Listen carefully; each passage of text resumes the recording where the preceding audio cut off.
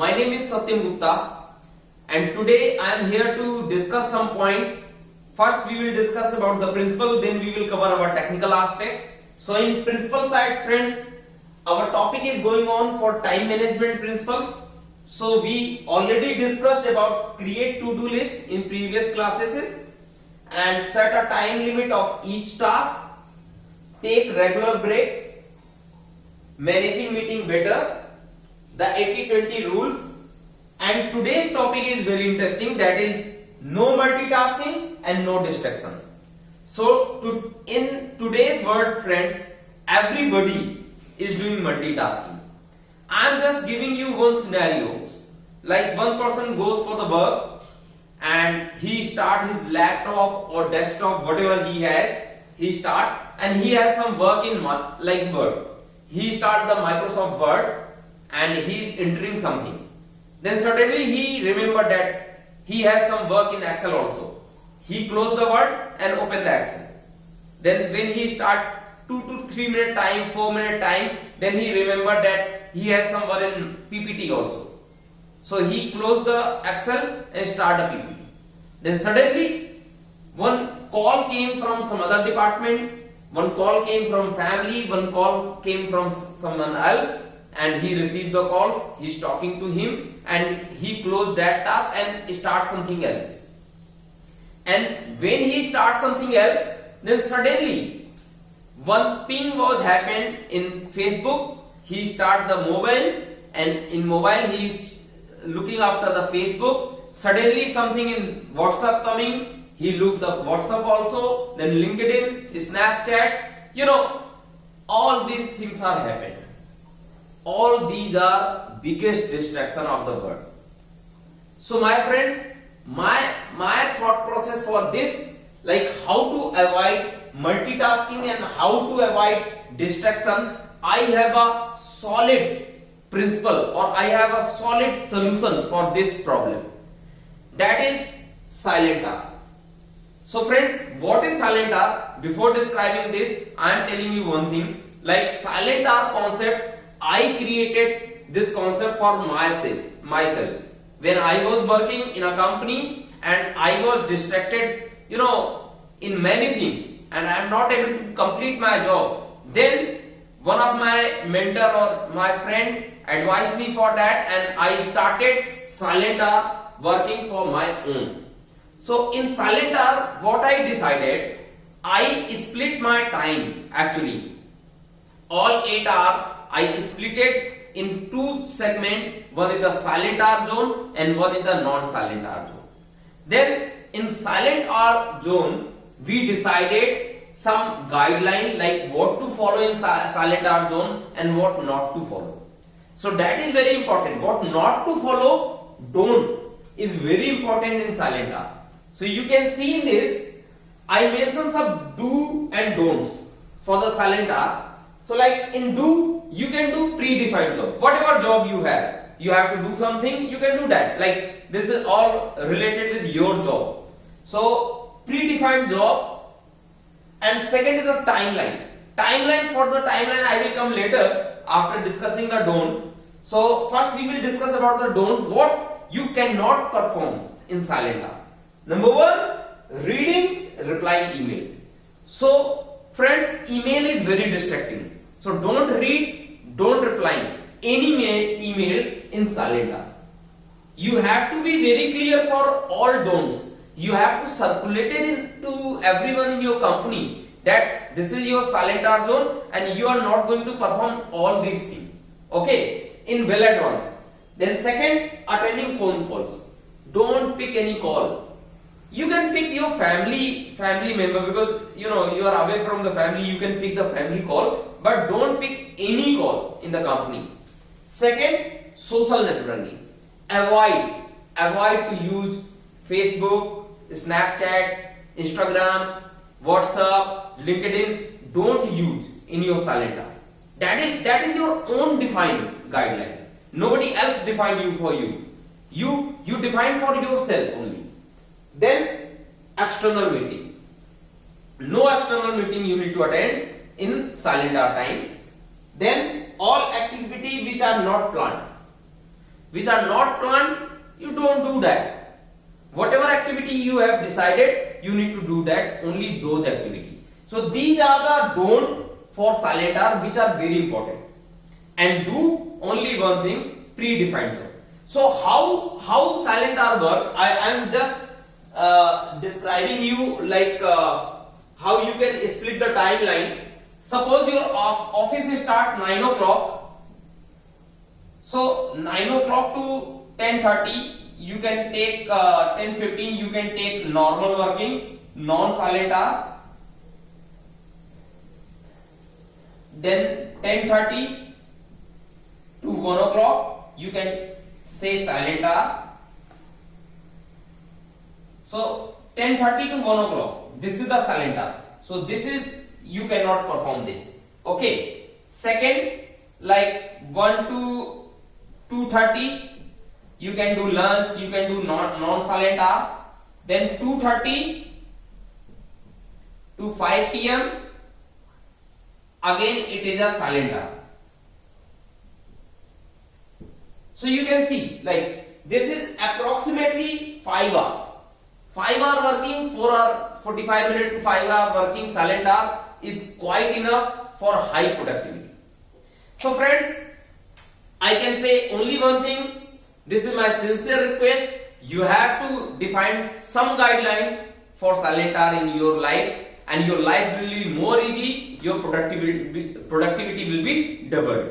Okay, friends. Now I am moving for the technical topic, and in technical topic, last week we had covered comparison between IGC Astm A262 practice A, B, C, E and F, and last week we had already covered practice A. So now time come for practice B, that is the Astm A262 practice B, that is ferric sulfate sulfuric acid test for detecting susceptibility to intergranular attack in austenitic stainless steel. So friends, what scope we are covering in this? In today's lecture we will cover how to perform practice B. So in practice B, we will basically boiling 120 hour ferric sulfate 50% sulfuric acid, which measure susceptibility of austenitic stainless steel to attack, intergranular attack. So friends, what is the test summary? In a short, we can say like specimen in a boiling solution of ferric sulfate and sulfuric acid. So this is very important. The test specimen what we have, in which we need to perform the test, we need to immerse in the boiling solution of the ferric sulfate and sulfuric acid. Then second important point, the resulting mass loss is converted to corrosion rate. This is very important. When you immerse the test coupon on the boiling solution, so mass will be lost. If anything is there, like intergranular difficulty is there in particular like test coupon, then mass will be definitely down. Then third important point, before testing in practice B, specimen may be rapid test per practice A. In last class also I covered this point. Suppose you don't want to do practice B testing, because practice B testing will consume 5 days, 120 hours. So what you can identify the discontinuity, you can identify the discontinuity by the help of practice A. And in which material you can apply practice A, that is 304, 304L, 316, 316L, 317, 317L, CF8M, CF8, CF3M, CF3.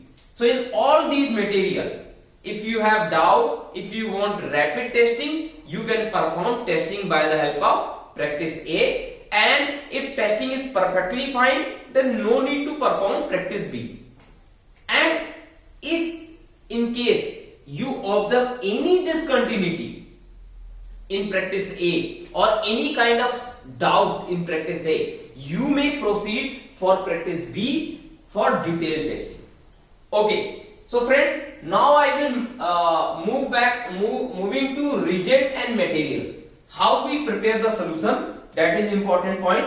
So in this ferric sulfate hydrate Fe2SO4 H2O 75% by mass. This is concentrate. This is not diluted. 75% of mass. Then sulfuric acid H2SO4 95 to 98 by mass. Then if you want to prepare 600 ml of 50% solution, then what you need to take? You need to take 400 ml reagent water plus 236 ml of reagent sulfuric acid, which is having the concentration like 95 to 98%. Okay. Then 25 gram of reagent ferric sulfate. You need to take concentration of 75% by mass. Okay. Then boil until all the ferric sulfate, the like 25 gram of the ferric sulfate dissolved properly.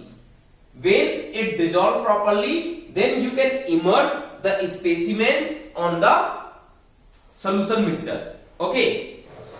Before immersing that test coupon, you have to measure the weight. What is the actual weight? Initial weight. Then after 120 hour, you can see the weight. Like weight is reducing or same. If weight is same, then test is passed. If weight is reducing, then something happened. Okay. Now I am discussing about the preparation of the test specimen. Test specimen must be heat treated. Second, total surface area of the test coupon is 5 to 20 centimeter square, and test coupon must be grind you can say as per specification like CAMI, ANSI 120. You have to polish the test coupon as per this specification. Okay. And now I am discussing about the calculation part. So like if corrosion rate is extremely high, then the color of the surface will be yellow to green. If you see the color of the test specimen yellow to green, you can identify the corrosion rate will be extremely high. The second point, if total weight loss is greater than 2 gram, then you have to add more ferric sulfate for better resolution. Okay.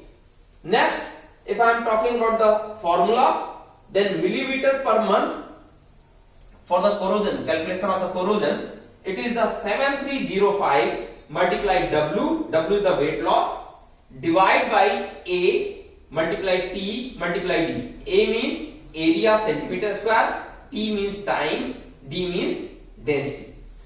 If I am talking about density for chromium nickel steel means 304L. These are the chromium nickel steel. You can consider the density 7.9 gram per centimeter square. If you consider chromium nickel moly steel like 316L, then you have to consider 8 gram per centimeter square. So friends, I tried to complete practice B in this lecture. And friends, I also share one thing to you that you can find my channel in YouTube. As you know, I am also in LinkedIn. I am sharing my videos in LinkedIn also. You can catch me over Facebook also. I have the page. You can catch me on the Telegram and WhatsApp also. So thank you so much, friends. Thank you.